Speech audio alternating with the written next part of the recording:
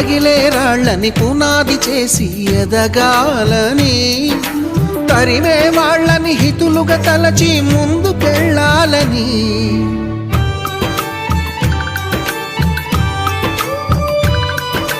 కన్నుల నీటిని కలల సాగుకై వాడుకోవాలని, కాల్చే నిప్పుని ప్రమిదగా మలచి కాంతి పంచాలని, గుండెతో ధైర్యం చెప్పెను, చూపుతో మార్గం చెప్పెను, అడుగుతో గమ్యం చెప్పెను. నేనున్నానని, నేనున్నానని, నీకేం కాదని, నిన్నటి రాతని మార్చేస్తానని.